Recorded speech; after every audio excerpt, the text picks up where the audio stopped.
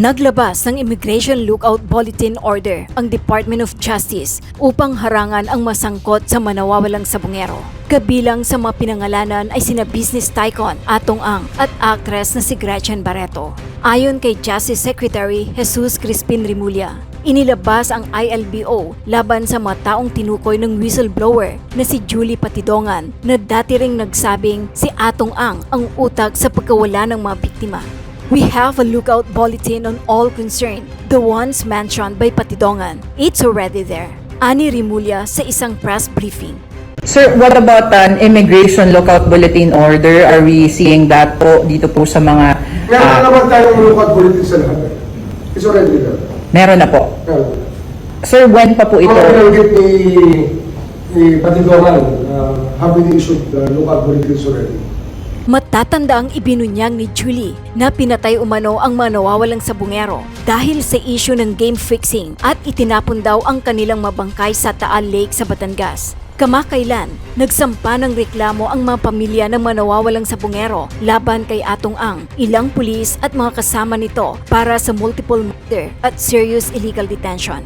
Paliwanag ng DOJ, ang ILBO ay kautusan na nag-uutos sa Bureau of Immigration na bantayang mabuti ang pagbiyahe ng mga taong iniimbestigahan.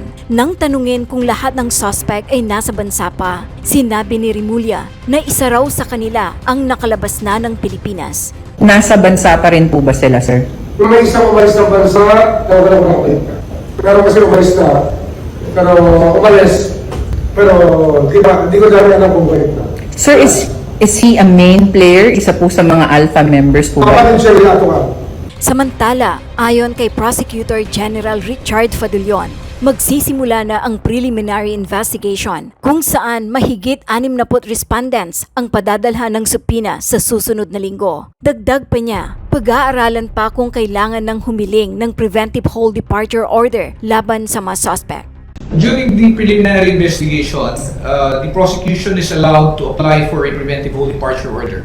So we will study that if, for example, there is basis to anticipate that any of them might abscond or probably leave the country, or there is that danger, then the prosecutors handling the case can apply for a preventive hold departure order with the courts.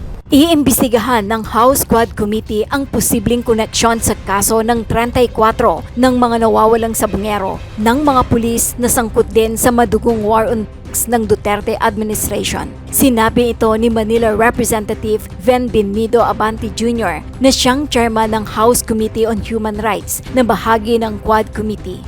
Ayon kay Abante, ito ay makaraang banggitin ng Philippine National Police Criminal Investigation and Detection Group na ilan sa 18 police officers na iniimbestigahan ng National Police Commission or NAPOLCOM kaugnay sa kaso ng missing sabongeros ang konektado rin sa war on drugs. Sabi ni Abante, sa gagawing pagdinig ng House Committee ay iimbitahan ang naturang 18 mga pulis kasama ang 6 ng mga pulis na tinanggal na sa serbisyo. Good morning po, Kong Benny and Kong Terry. Unahin ko lang po muna si Kong Benny. Yesterday po ay nagsimula na nga din po yung hearing o briefing ng House Committee on Human Rights dun po sa kaso ng mga missing sabongeros. Ang focus ko lang po siguro yung dun sa 18 na policemen po na nabanggit. Parang may sinabi po yung NAPOLCOM na it appears meron pong ilan sa kanila na connected po talaga doon sa war ng administrasyong Duterte. Paki-elaborate nga po ito, Kong Benny. And do you think sa mga nabanggit po kahapon, posible po kayang may pattern na po talaga or may connection yung kaso ng missing sabongeros doon po sa drug war? Thank you. Yes, in fact, nabanggit po ito ng CIDG na talagang mayroong mga ilang kapulisan natin among the 18 na naging involved din sa reward system ng war on drugs. Now, atin pong bubusisiin yan, no? Sapagkat ang next na gagawin natin is Quadcom na eh. After this, no? Ibig sabihin, talagang sinabi ko sa kahapon na sa Quadcom, diretsong hearing na ito. So, they will take an oath. So, gusto nating malaman ang talagang ang ilan sa kapulisan na nasa kustiya ngayon ng ng ating ng Philippine National Police ang naging involved sa reward system ng war on drugs nung araw. And hindi ko sinabi na meron. Sila mismo ang nagsabi na meron. Sila mismo ang nagsabi niyan. Does this mean, Kong Benny, na yung mga involved na policemen, like for example, kahit na yung mga nasa under preventive suspension na 12 and yung 6 po na na-dismiss ay iimbitahan doon sa Quadcom hearing? We are going to invite lahat yan, no? Ang involved na implicate sa missing Sabongeros. Kasi bakit kahapon, sinabi ko nga kahapon na this committee is quite disappointed, no? Sapagkat parang walang nangyayari sa investigasyon. Although, andyan ang DOJ, andyan ang CIDG, andyan ang NAPOLCOM, no? That are actually investigating. So, lalo natin makikita po ito when we have the Quadcom. No, sapagkat gusto natin talaga makita na itong mga rogue policemen na ito na under preventive suspension, ang iba ay na-dismiss na, ang iba ay exonerated pa. Ano? So we'd like to find out kung ano talaga itong mga to. May schedule na po ba, Kong, ng pagsisimula ng Quadcom? Magkakaroon kami ng meeting ng mga kasamahan ko next week, ano, kung kailan namin sisimulan ang Quadcom hearing, but definitely it will be in the month of September. Si Kong Terry, baka po may thoughts po muna bago yung question ko. Well, very important ho talaga na isang major pillar po itong Quad Committee na magtuloy-tuloy po ito. Kasi syempre, yung usapin po ng missing Sabongeros, usapin ho talaga yan ng pagpapanagot at usapin din po yan ng hustisya. Kasi sa totoo lang, meron po talagang mga pamilyang up until today, hinahanap po nila ang kanila pong mga mahal sa buhay. No? Ibig sabihin, whatever you feel about how they did their lives, no? Very important po talaga na hindi ginagawa po yung mga ganyang bagay at kung ginawa man na kung sino man pong tao, pulis man yan, mataas na tao sa sektor ng pagsasabong, dapat po silang mapanagot. Unang tanong po kay Kong Benny. Kong, kahapon ang isa sa mga idiniin na tanong ni Vice Chairperson Jinky Luistro ay paano raw po ba kung talagang walang mag-match doon sa DNA na galing doon sa mga kaanak ng mga nawawalang sabongero doon sa natitira pa mula sa 85 na butong nasa forensic examination pa rin ng PNP. Kung as a chairperson, ano po yung pananaw ninyo kung sakasakali nga po na wala talagang mag-match, sir, sa mga buto? Yun ang disappointment namin, no? Sapagkat hanggang ngayon ay wala pa silang nakikitang DNA that will actually implicate, no, doon sa missing Sabongeros. So therefore, ang pinag-uusapan namin ni Congresswoman Jinky dito ay walang kaso. Di ba? Hanggat hindi nadidetermine talagang itong nakuha sa Taal would be doon sa missing Sabongeros. So, sinabi namin, o baka naman ang ibang missing Sabongeros ay hindi lamang sa Taal tinapon, kundi sa ibang lugar din naman na dapat tingnan po ng ating CIDG, tingnan po ng DOJ. So, yun ang nais namin na malaman. Sapagkat they are still doing the investigation now, no? Wala pa namang na-charge sa korte.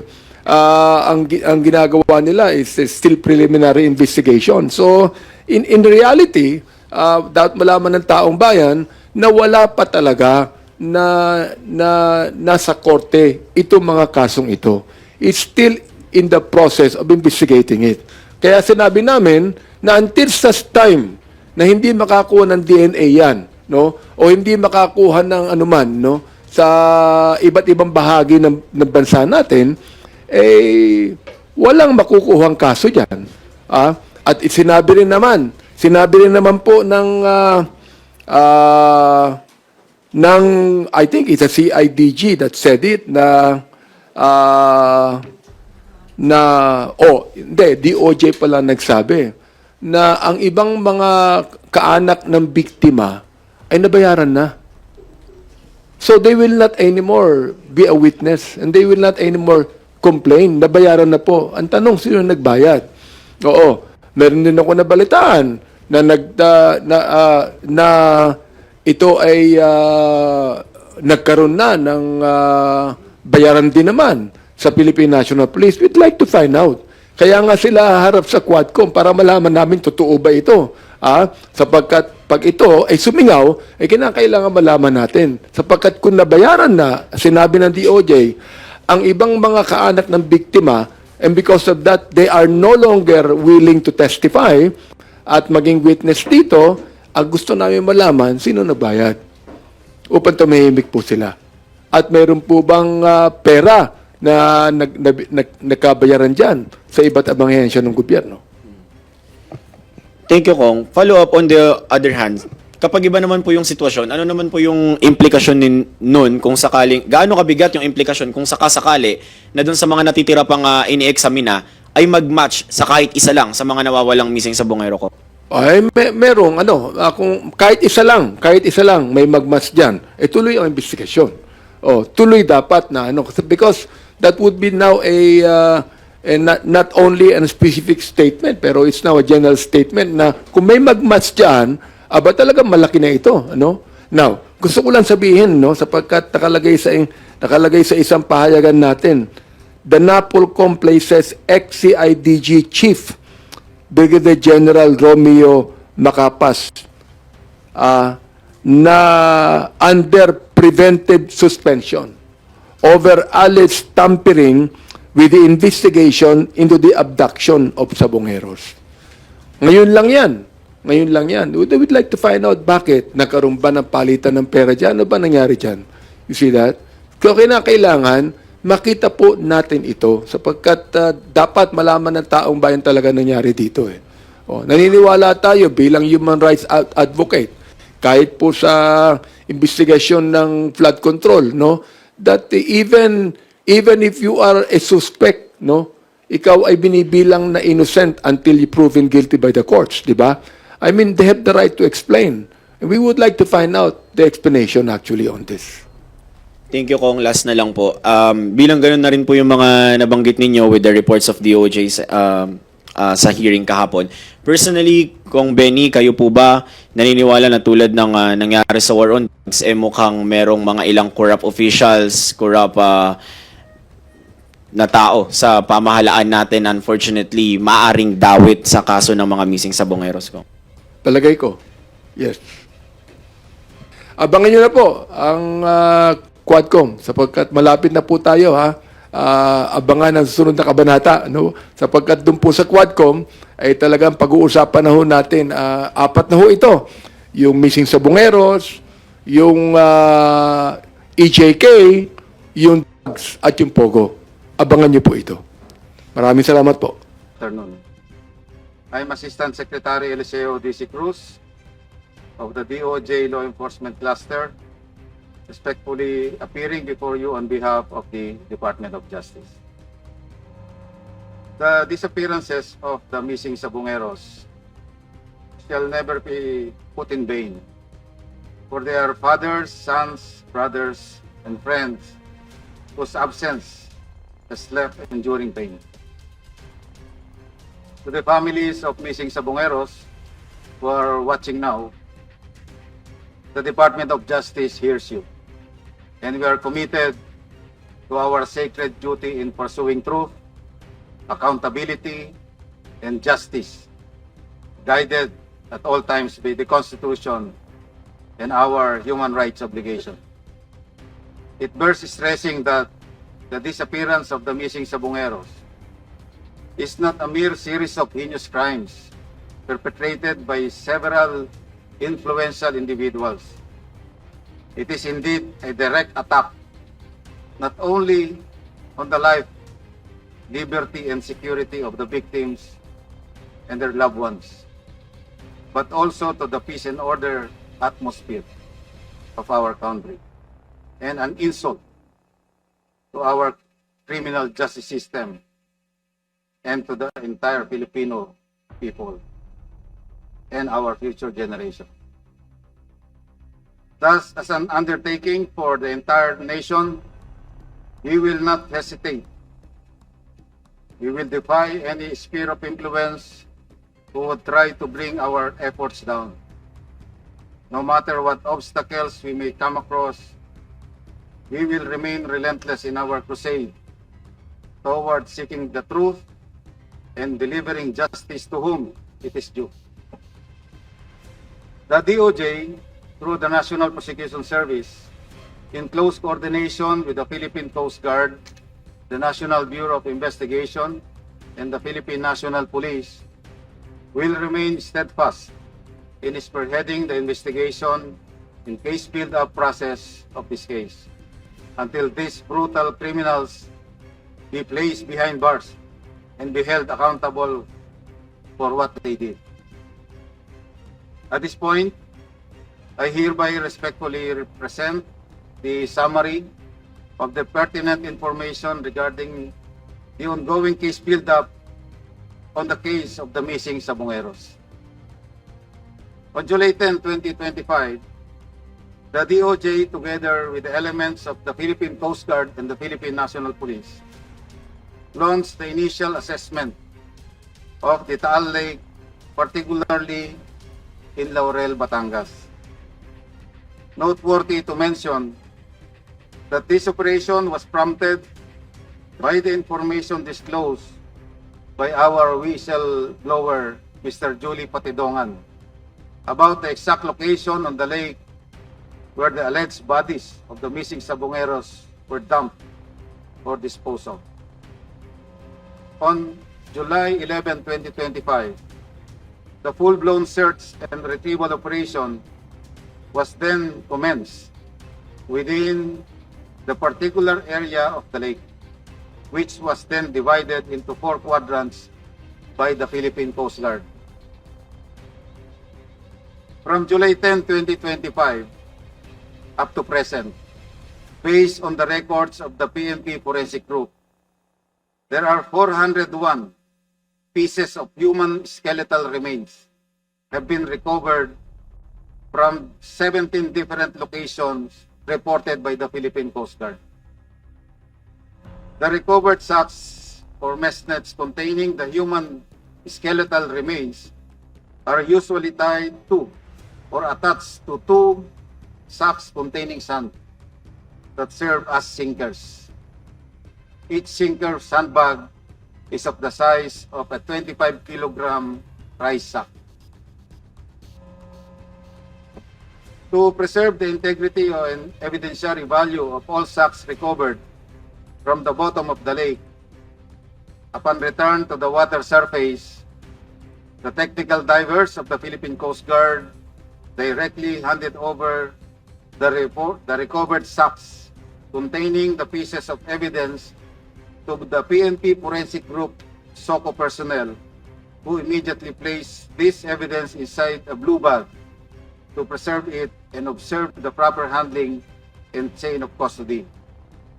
Other than this, the team likewise recorded the date, time, the coordinates of the location where each sack containing the pieces of evidence were recovered, including the actual depth, the temperature, and its distance from the nearest shoreline. The team comprised of the Philippine Coast Guard and the Philippine National Police Forensic Group SOCO is continuing its relentless search and retrieval operations despite the challenges they are facing. During our previous briefing, they reported that their technical divers are already suffering from medical conditions, that is, skin irritation, ear infection, diarrhea, coughs, and colds, due to the long-term exposure to the murky waters of the Taal Lake. Noteworthy to mention that our PCG personnel are also facing threat from the venomous Taal water snake, which our country has no anti-venom for, according to the Research Institute for Tropical Medicine. Other than this, to support the continuous search and retrieval operation and the forensic examination of the pieces of evidence gathered, the DOJ is currently in talks with the Japanese government, which generously offered their support to this ongoing operation. On the status of cases filed before the DOJ, in relation to this case, complaints were already filed before the DOJ involving the following charges filed by the CIDG. Number 1, the Republic Act, violation of Republic Act 10353 or an act defining and penalizing enforced or involuntary disappearance. Second is the Article 267 of the Revised Penal Code, the multiple counts of kidnapping and serious illegal detention. Third, violation of Article 248 of the Revised Penal Code, the multiple counts of murder. Fourth is the PD 1829, obstruction of justice. The Republic Act 3019, Anti-Graft and Corrupt Practices Act in relation to Article 210 of the Revised Penal Code. Then the Republic Act 11983, the New Philippine Passport Act, and the violation of Article 212 of the Revised Penal Code, the corruption of public officials. To note, these complaints have undergone evaluation and have been certified to be sufficient for the purposes of the conduct of preliminary investigation. That is my presentation, Mr. Chair. Thank you. Thank you. Comsec, will you please call the other source speakers?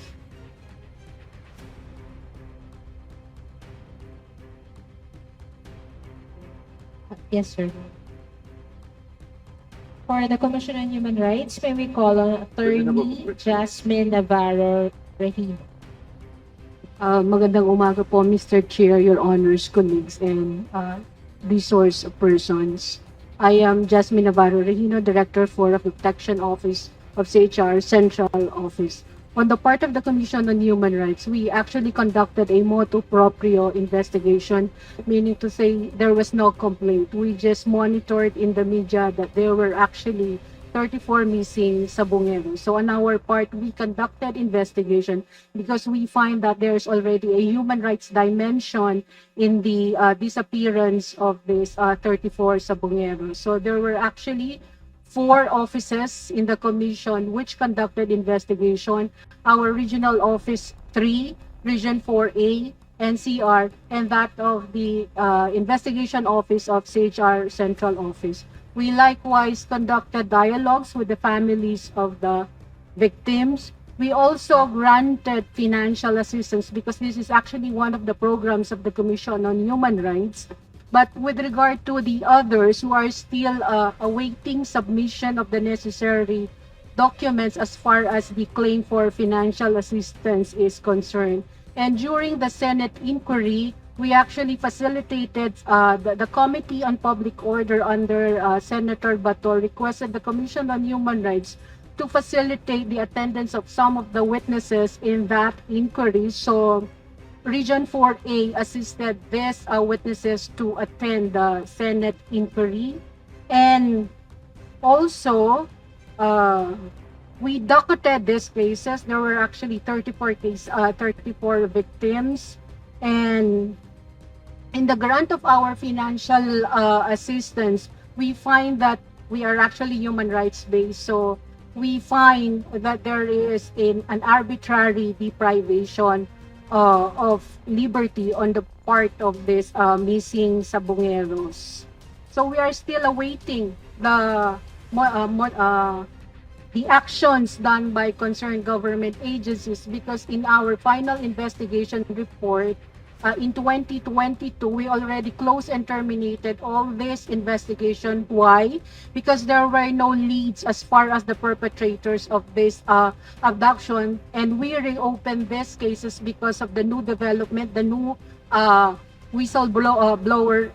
So we are monitoring, and we are actually happy that we are privileged really that we attended this inquiry because we will now be apprised of what really is happening or what are the updates as far as these cases are concerned, because it is actually our constitutional mandate to monitor what other government agencies are doing. And in closing, the Commission on Human Rights urges that protection be extended to the witnesses and to the victims' families to ensure their safety and enable them to share information freely and truthfully. CHR also hopes that more individuals with relevant knowledge will come forward. The Commission stands resolute in seeking justice for the missing Sabongeros. With renewed momentum and sustained collective action, the Commission is hopeful that the path to justice for the missing Sabongeros and their families is finally within reach. Thank you, Your Honors. Thank you, Comsec. Go ahead. Yes, Congressman Pimentel. Yes, in consonance with the request of Ma'am Attorney Regino, to protect the witnesses, I am with him, but I would like to ask the DOJ, because I am very concerned with the whistleblower doon Patindugan. Kay kapartido ko yan, ako tumakbo sa amin yan na mayor, kaya lang natalo. I would like to ask if bakit napakatagal naman pag-accept nyo sa witness protection program. Siya ang nagsimula niyan, delikado na ang buhay niya. Bakit hanggang ngayon hindi pa rin na-accept sa witness protection program? Naghihintay ba kayo na mamatay pa yan? Wala na tayong testigos.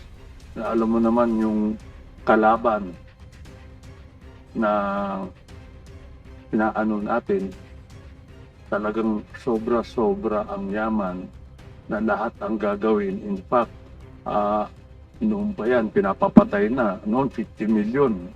Ngayon, 100 million na. Tawag ko nga sa kanya, si John Wick. Kasi kahit saan, open contract. Yun lang yung tanong ko, kung hanggang kailan nyo ma-acceptar yan na para maproteksyon na talaga ng todo-todo. With the indulgence of Congressman Pimentel, sige po, mamaya, sasagutin niyo yan. We'll just finish the statements of the other source speakers. Okay ba? Please, thank you. Thank you, Mr. Chair. Yes, sir. From the Department of Interior and Local Government, may we call on ASEC Joabili P. Racho. Thank you, sir. Mr. Chair, allow us to read the preliminary statement on the hearing of the House of Representatives Committee on Human Rights of the Department of the Interior and Local Government. Mr. Chair, honorable members of the Committee on Human Rights, colleagues from different government agencies and guests. This representation expresses its full support in conducting this public hearing with regard to the alleged killings of missing Sabongeros. The department will not tolerate this kind of criminal act and will ensure that there will be no sacred cows. As stressed out by Honorable Secretary of the DILG, no government officials will be spared from criminal liability in the case of the abduction of cockfighting aficionados. The DILG, together with the NAPOLCOM, PNP, and other government agencies will continue to work hand in hand to investigate all angles in the case of the missing Sabongeros and will file appropriate administrative and or criminal cases to those involved in order to put this matter to rest. As to the state of Isabong operations in the country, the DILG in Memorandum Circular Number 2023-030 dated February 12, 2023 continued the suspension of Isabong operations including all auxiliary Isabong operations and off-cockpit station operations nationwide. Correspondingly, we will closely coordinate with the other national government agencies such as the PNP and all LGUs to obtain vital information and substantial pieces of evidence that would enable us to ascertain the truth in the state of Isabong in the country. A copy of the department's detailed position paper will be submitted to the Honorable Committee. Thank you very much, Mr. Chair.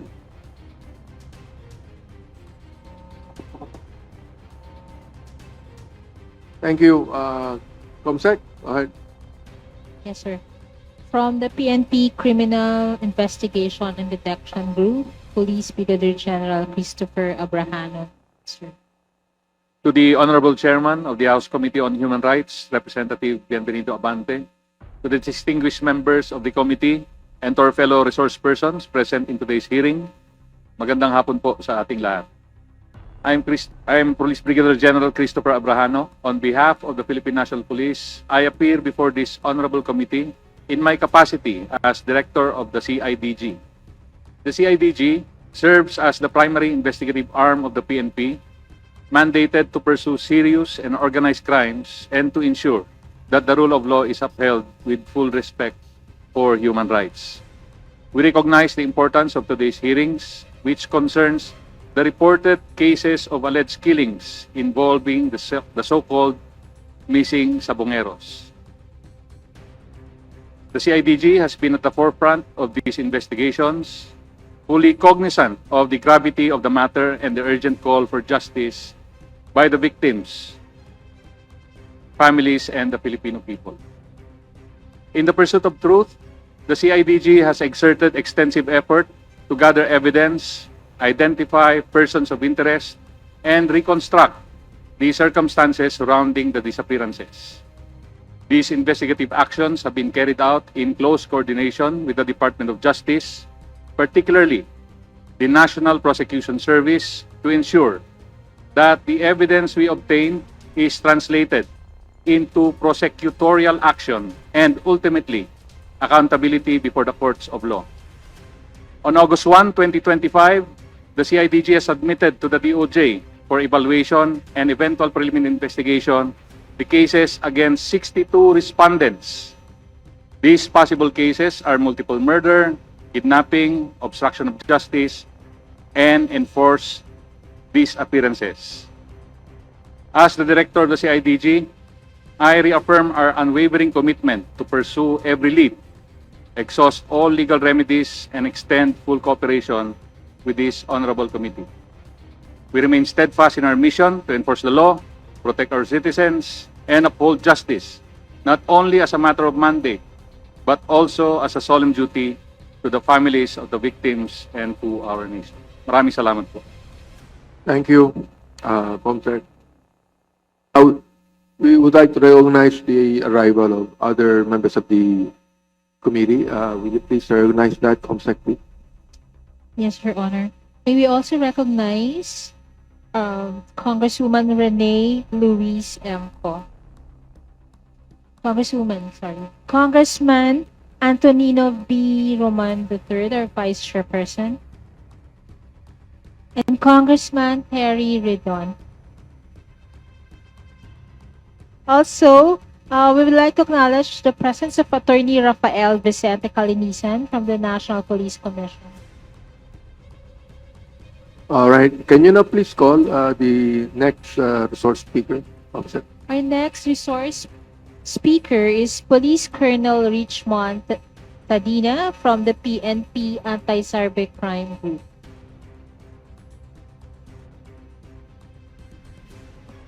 Yes, to our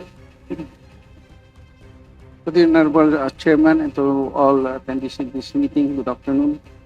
So on the part of the PNP ACG, we have our way of identifying websites related to Isabong. We have dedicated personnel who conducts patrolling. Similar to the traditional patrolling, we patrol the cyberspace from the ACG headquarters down to our regional anti-cybercrime units. So we have 18 officers that cyber patrols on a daily basis. So from the issuance of the executive order continuing the suspension of Isabong, we have identified at least more than 7,000 websites that are involved in the illegal activity, and we were able to request to NTC for the blocking of 7,275 websites. Similarly, the PAGCOR also refer online Sabong websites for investigative assistance and request for blocking to NTC, sir. So, similar to what the DICT have said that we are facing challenges. These are the use of virtual private network. So there are anonymity tools that ito po yung identities of the owners, kaya po tayo walang nahuhuli dahil through VPN it encrypts internet traffic to protect online identity and data from third parties. So there are domain and subdomains wherein host from other countries, sir, ay hindi natin ma-detect dito sa Pilipinas. And among the challenges we are facing right now is at present the existing laws has no penal provisions on live streaming or broadcast of live cockfights on the conduct of cockpit wig betting, and e-sabong is not penalized in countries where web hosting services are located. We host like GoDaddy, Amazon, and Cloudflare operates outside the country and are beyond the regulatory framework of the NTC and jurisdiction of our Philippine courts. We are also facing difficulty in investigating e-sabong websites that use internet tunneling services like Cloudflare. E-sabong websites can easily activate kahit na-block na ito, but they use alternative or backup websites after blocking of NTC. And advanced users can still access NTC blocked websites through domain name system configuration. So nag-iiba lang po iniiba lang nila yung pangalan, and itong mga users can still access kahit block na po to kasi hindi pa naman po siya talaga totally nawawala or nadidelete. Yun na po. Okay. Next. From the National Police Commission, Attorney Rafael Vicente Calinisan. Good afternoon po, Mr. Chair. Apologies for being late. We just came from another congressional hearing. We just wanted to say that we will cooperate fully with the commission, with the committee, sir, and the House of Representatives. We are at your disposal po, Mr. Chair. Thank you. All right. Thank you. From the Philippine Coast Guard, Commodore Jeronimo B. Tuvilla.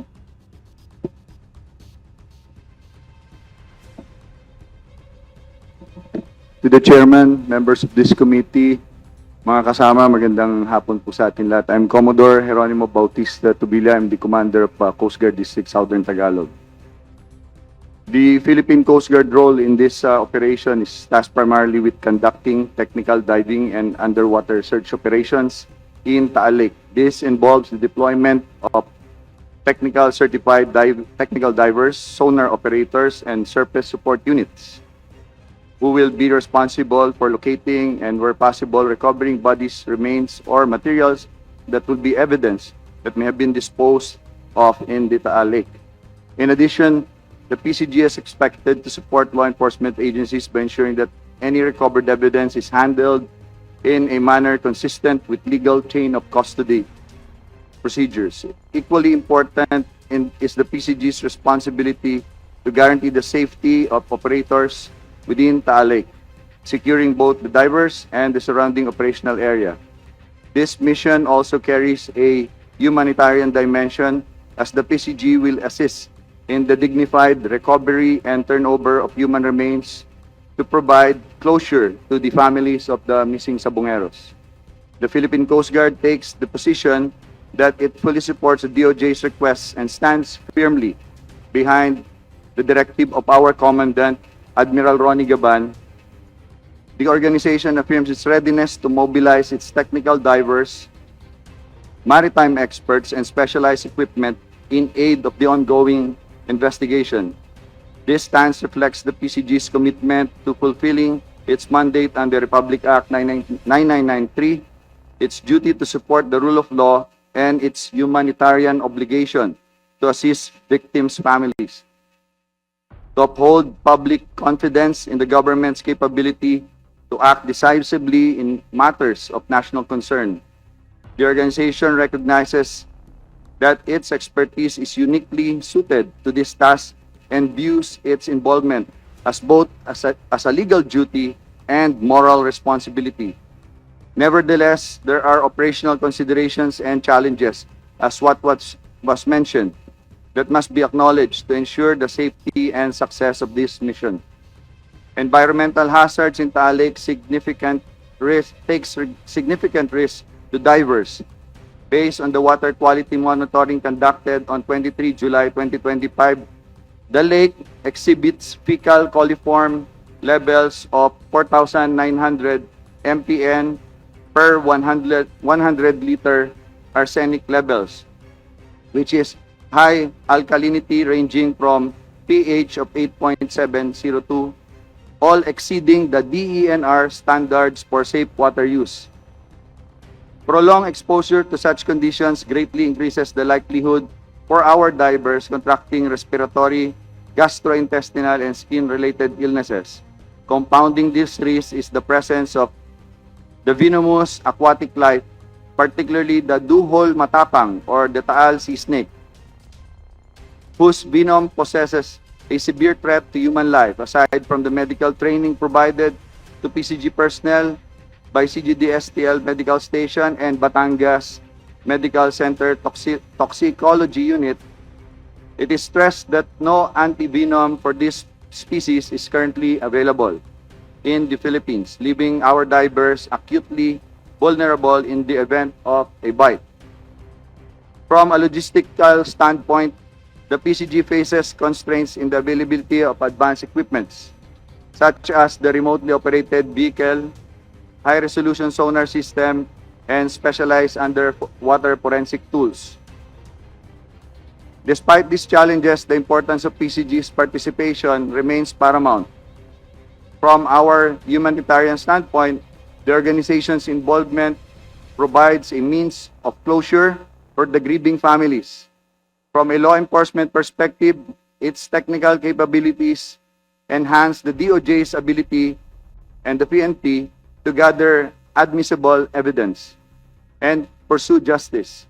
On a national scale, the resolution of this case will help restore public trust in the rule of law and strengthen confidence in state institutions.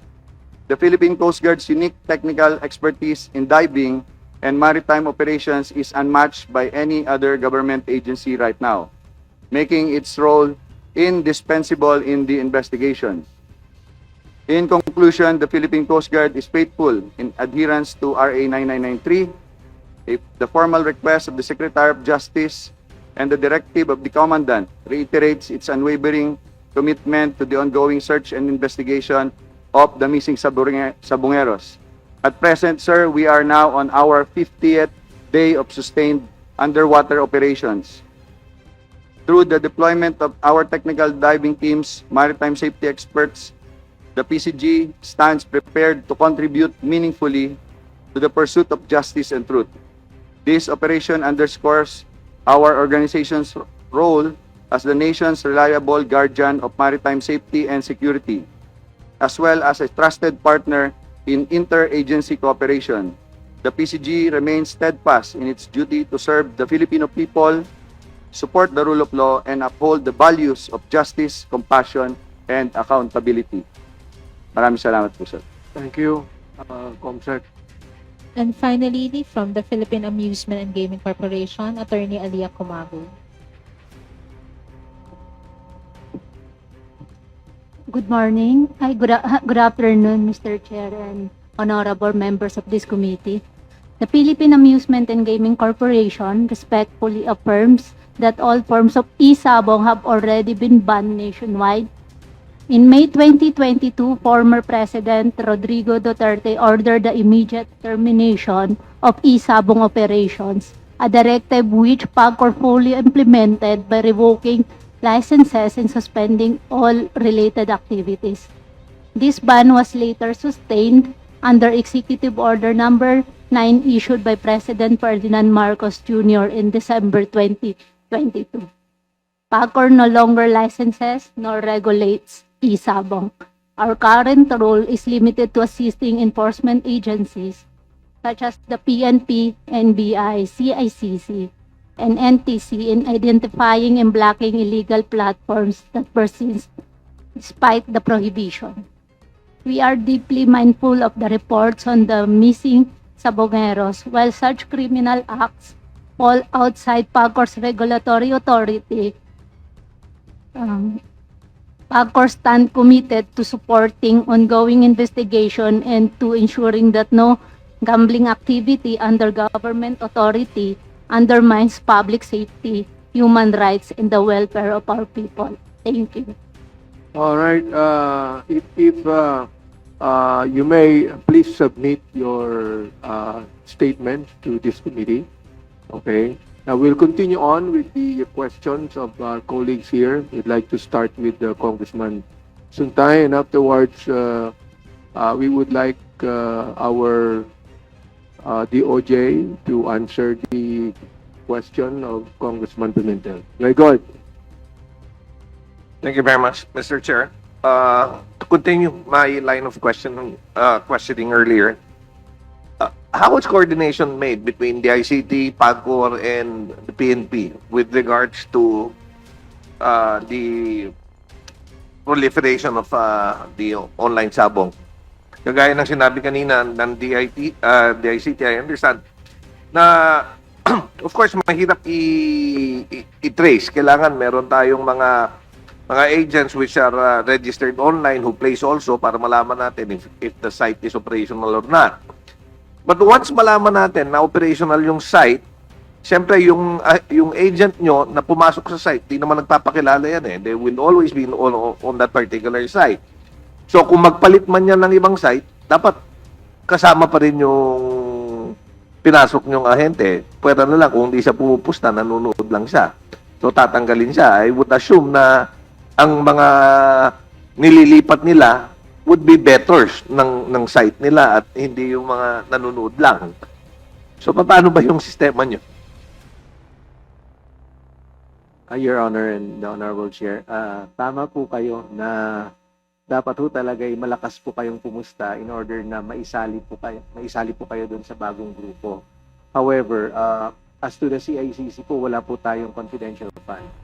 So yung betting po namin sa mga online sabong platforms na makikita po namin are very minimal. So kung meron pong changes, nagre-register pa po yung mga tao natin. So hindi kayo nakakasunod sa paglipat? Hindi ho eh. Hindi naman po tayo malakas magtaya po. Okay. Now, assuming meron kayong mga sites na okay, na verified na which is operating, how do you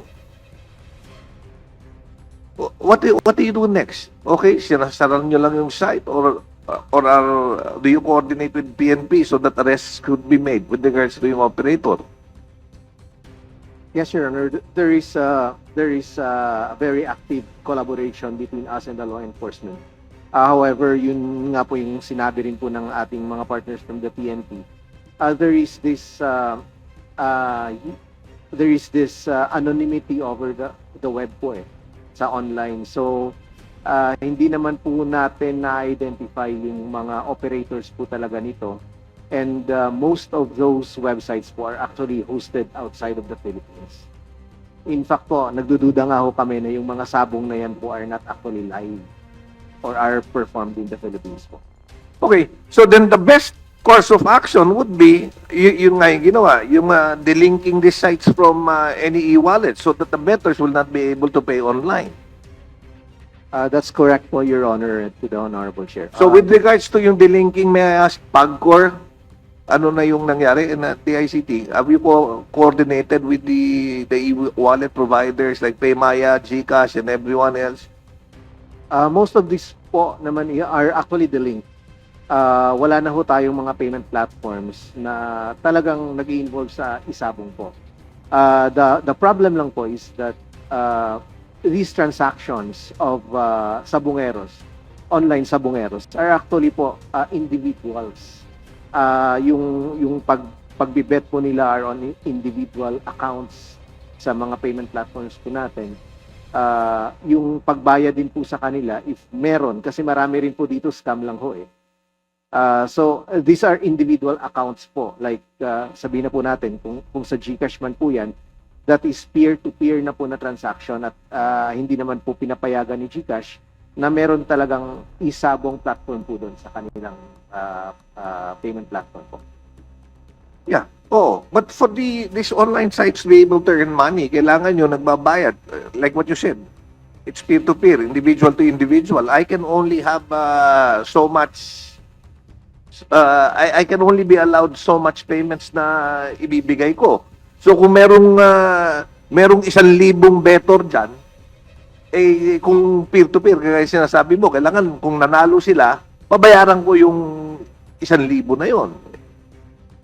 Is that allowed by the e-wallet platform? Actually po, fortunately, yung itong mga isabong websites po, hindi na ganun karami din po ang kanilang mga clientele. Ilan-ilan na rin ho lang talaga na mga sabongero ang nag-engage po doon because napansin na rin ho ng mga nag-engage po sa isabong na marami po sa mga websites na ito are actually scams and sometimes po yung mga games po doon, yung mga sabong po doon are actually replaced. Kaya yung trust po ng betting public on isabong po ngayon is actually lower than previously po. So, when you say na konti na lang yung bettors at bumababa yung betting, how do we verify this? How did we get that data na konti na lang ang pumupusta? Yun po, kasi nakikita naman ho natin pag nakapasok na po tayo sa group, kung ilan ang mga manlalaro po dyan. So, minsan po less than 100. Minsan just over 100. Okay. Thank you very much, Mr. Chair. Thank you, Kong Sintay. Are there other questions from my colleagues or our resource persons here? We would gladly take Congresswoman Laila De Lima. You have the floor. Thank you very much. First, let me express my appreciation to this committee by conducting this on the case of the missing Sabongeros. As we all know, the disappearance of at least 34 Sabongeros between the period April 2021 and January 2022 has become one of the most high-profile unresolved cases in our country, linked primarily to Isabong or online cockfighting operations in arenas in Luzon. This case actually revealed possible collusion between private operators and law enforcers, thereby exposing the darker side of gambling in our country. Ang tanong ko po, these are actually just factual, addressed to the DOJ, ASEC, Bruce, and Prosecutor Reyes. How many cases exactly are there filed with respect to this case of missing Sabongeros? What I have mentioned a while ago, ma'am, there are 7 cases. And at what level? Is it at preliminary investigation level or already with the case? According to the National Prosecution Service, they have just finished the evaluation of these cases, and the docket number is about to be signed, and there has been a certification issued by the National Prosecution Service that these cases is sufficient for filing and for the conduct of the preliminary investigation. So there has been no preliminary investigation proper yet? Yes, ma'am. It's about to So begin. we're talking here about the evaluation stage Yes. by the National Prosecution Service before it launches a formal preliminary investigation stage. Yes, ma'am.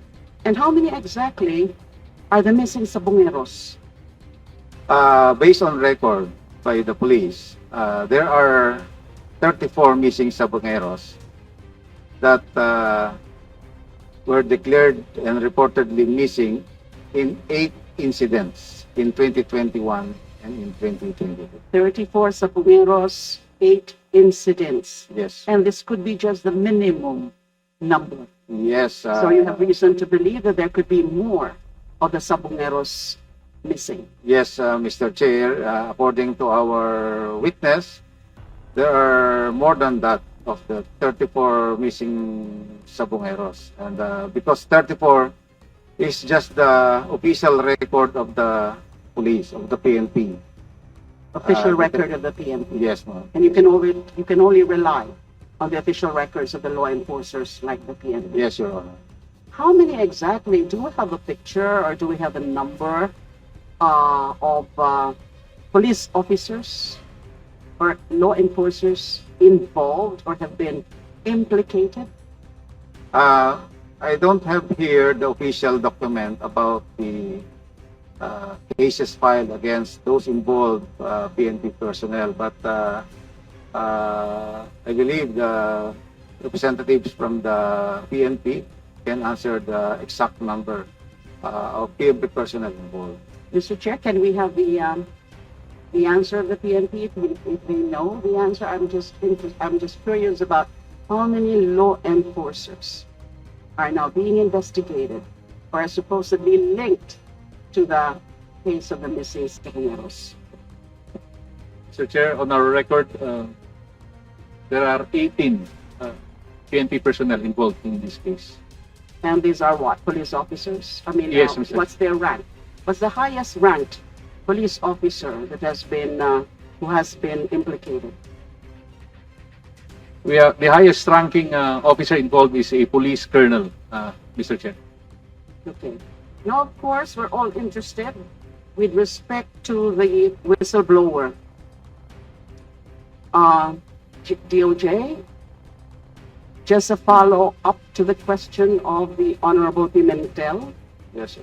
What's the status of the application for Witness Protection Program? First, please confirm whether or not there has been a formal application for the WPP coverage of this whistleblower.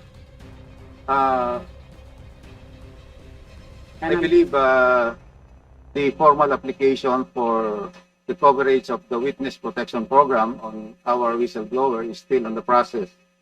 And because based on the Republic Act 691-981, which is the Witness Protection and Security Benefit Act, the witness can only apply under the Witness Protection Program once the case has been evaluated by our prosecutor. And we are still waiting for the official document about the conduct of the preliminary investigation. We are talking. But excuse me, ma'am. Yes. According to Yeah, our police counterpart, the witness is very much secure as of today. Okay, so we're talking here about Julie Dondon Totoy Patidongan. Yes, Your Honor. And is now very much secured under security protection By the police. by the PNP. By the So since there's still no official coverage of that witness under the WPP, None yet. you cannot gain custody.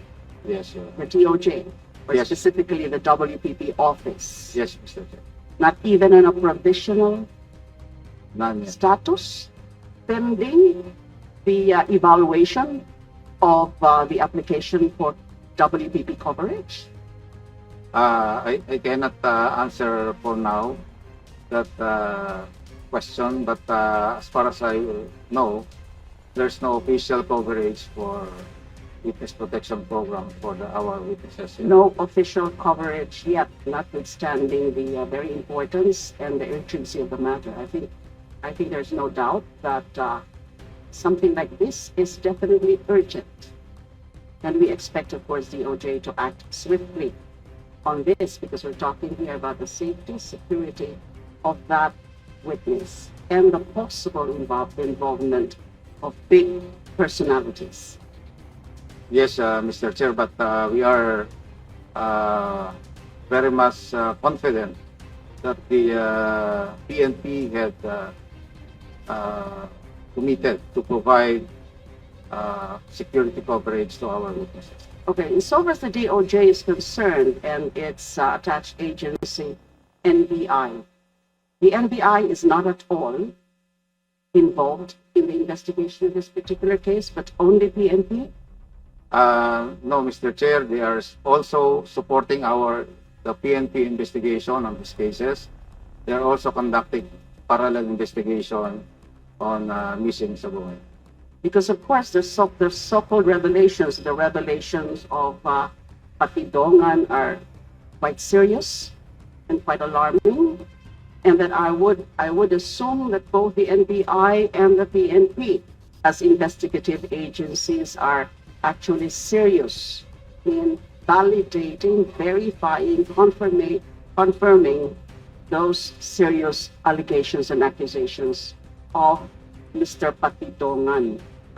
My point is, of course, I don't think you are at liberty to disclose exactly the findings, preliminary or otherwise, about the investigation.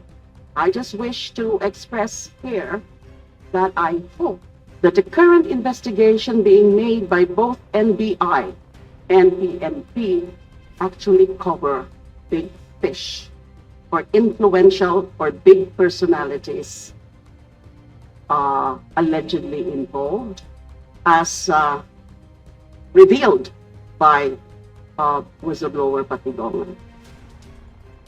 So this body can be assured by PNP and NBI that you're not just looking at the middle level or the low level alleged perpetrators, but also any other personality that who has been linked to this case. Mr. Chair, on behalf of the Philippine National Police, I give the full commitment of the agency in pursuing this investigation until the end. Okay, just one manifestation. Thank you so much. Just one manifestation. I also wish that the DOJ would speed up its evaluation process with respect to the WPP coverage of the whistleblower. Thank you very much, Mr. Chair. Thank you, Congresswoman De Lima. Mag-subscribe at i-click ang notification bell para sa mga susunod na video updates. Maraming salamat po.